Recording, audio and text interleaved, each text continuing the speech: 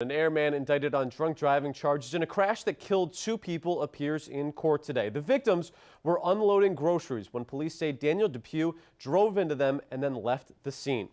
Our Andy Mattison was at today's arraignment and joins us now with the details. Andy? Good evening, Tim. This is not Depew's first arrest, and that has the victims of the families calling for harsher penalties for those who drink and drive. Appearing in Worcester Superior Court more than 2 months after a crash killed George Burdick and his sister Gina. How do you plead, guilty or not guilty? Not guilty. Daniel Depew pleaded not guilty to the charges against him.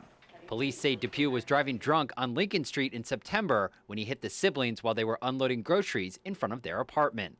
Gina was killed instantly. George died several days later at the hospital. Depew has been charged with motor vehicle manslaughter and motor vehicle homicide. It's disgusting. It's horrible. How can you plead not guilty? The victim's nephew, Keith Marchand, and his fiancée were at the arraignment and say they live with the loss of George and Gina every day. They deserve justice, not have this guy walking around and having a life and having a family, and when ours was taken from us. 2 deaths Keith says he can't even explain to his 5-year-old daughter. We took his necklace off his neck and it's hanging in my truck, so it's... But she'll look at it and say, oh, Uncle George is in heaven. Like, that's all she knows. She doesn't understand. This isn't the first time Depew has been arrested for driving drunk, something Marchand hopes is taken into account as they call for the maximum penalty.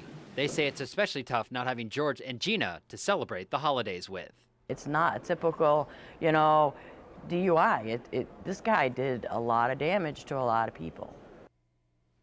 In addition to the charges that you heard, Depew is also charged with 2 counts of leaving the scene of an accident causing death, 2 counts of leaving the scene of an accident of property damage accident, operation under the influence of alcohol, and also possession of an open container of alcohol. He is due back in court again in February. Tim, we'll send it back to you.